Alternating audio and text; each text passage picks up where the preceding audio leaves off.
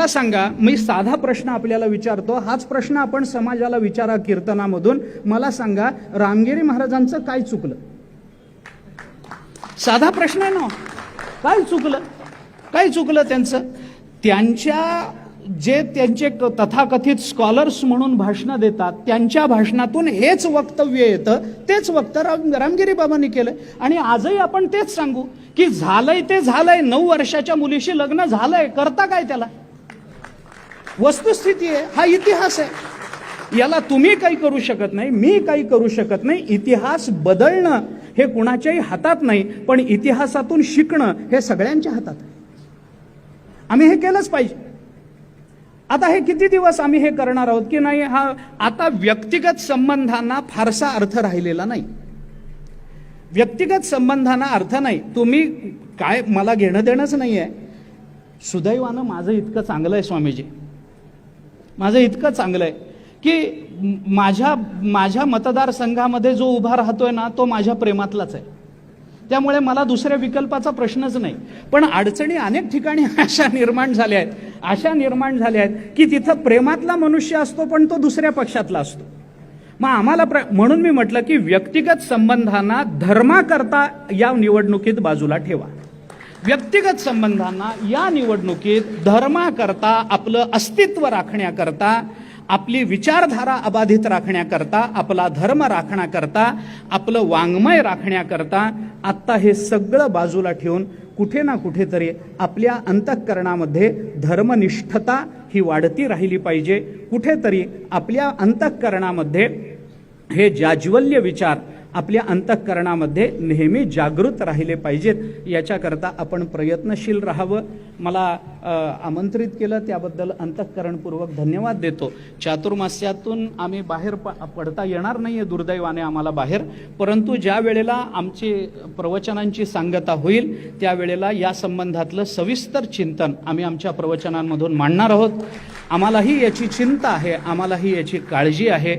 चातुर्मास हा विषय पुन्हा तोच आहे. मी पुन्हा हे सांगतो, आज जर तुम्ही योग्य बटणं दाबलीत तर पुढचा चातुर्मास करता येण्याची शक्यता आहे, नाहीतर तेही राहणार नाही, नाहीतर हेही राहणार नाही. हे मी आपल्याला स्पष्ट सांगतो, जाहीर सांगतो. आज योग्य बटणं दाबलीत, आपण योग्य उमेदवार निवडून दिलेत, हिंदुत्वाचा परामर्श घेऊन. हिंदुत्व ही सामान्य काय हिंदुत्वाच्या व्याख्या केल्या गेल्या आहेत, जीवनशैलीपर्यंत त्याला नेऊन ठेवलंय. मी त्याला गैर मानत नाही, पण जीवनशैली म्हटलं की त्याला बाजूला ठेवता येतं. हिंदुत्व ही आमची जीवनशैली नाही, हिंदुत्व हे आमचे रक्त आहे, हिंदुत्व हा आमचा प्राण आहे, हिंदुत्व ही आमची अस्मिता आहे, हिंदुत्व हा आमचा धर्म आहे, हिंदू हा आमचा संप्रदाय आहे आणि म्हणून हिंदू हे आमचं अस्तित्व आहे. या विचारानंच आम्ही या हिंदुत्वाकडे पाहिलं पाहिजे आणि त्या दृष्टीनंच आपण प्रवृत्त व्हा.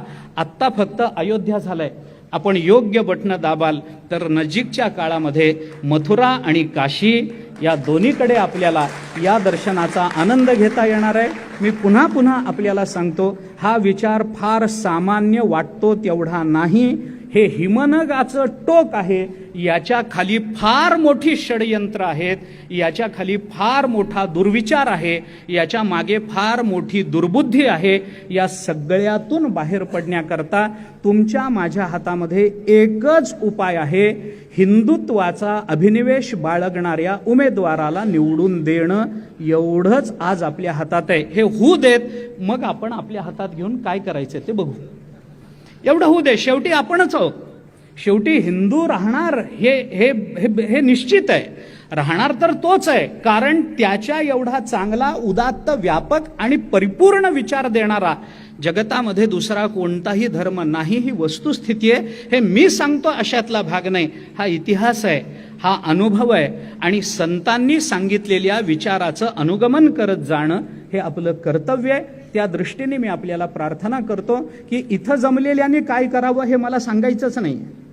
इथं जमलेल्यांनी इतरांनी काय करावं हे सांगण्याकरता इथं जमावं, एवढंच मला सांगायचंय. त्यामुळे आपण प्रत्येकाने बाहेर पडून घरात बसलेल्या सगळ्यांना बाहेर काढणं आणि मतदानाला नेणं आणि नेता नेता त्याच्या कानात काय सांगायचंय ते सांगणं, हे आपल्या सगळ्यांची जबाबदारी, आपल्या सगळ्यांचं कर्तव्य आहे. प्रसंगी त्याला त्याच्या वडिलाची शपथ घाला, त्याच्या आईची शपथ घाला, त्याच्या शेताची शपथ घाला, आणि कुणाचंही ऐकत नसेल तर त्याच्या बायकोची शपथ घाला, तिला तिच्या नवऱ्याची शपथ घाला, पण हिंदू निवडून आला पाहिजे हे लक्षात ठेवा. सगळ्यांना प्रार्थना आहे, सगळ्यांच्या चरणी नतमस्तक आहे. सगळ्यांकरता पुन्हा पुन्हा विनंती आहे, हिंदू हिंदू आणि हिंदुत्व अबाधित राहिलं पाहिजे. जय श्रीराम.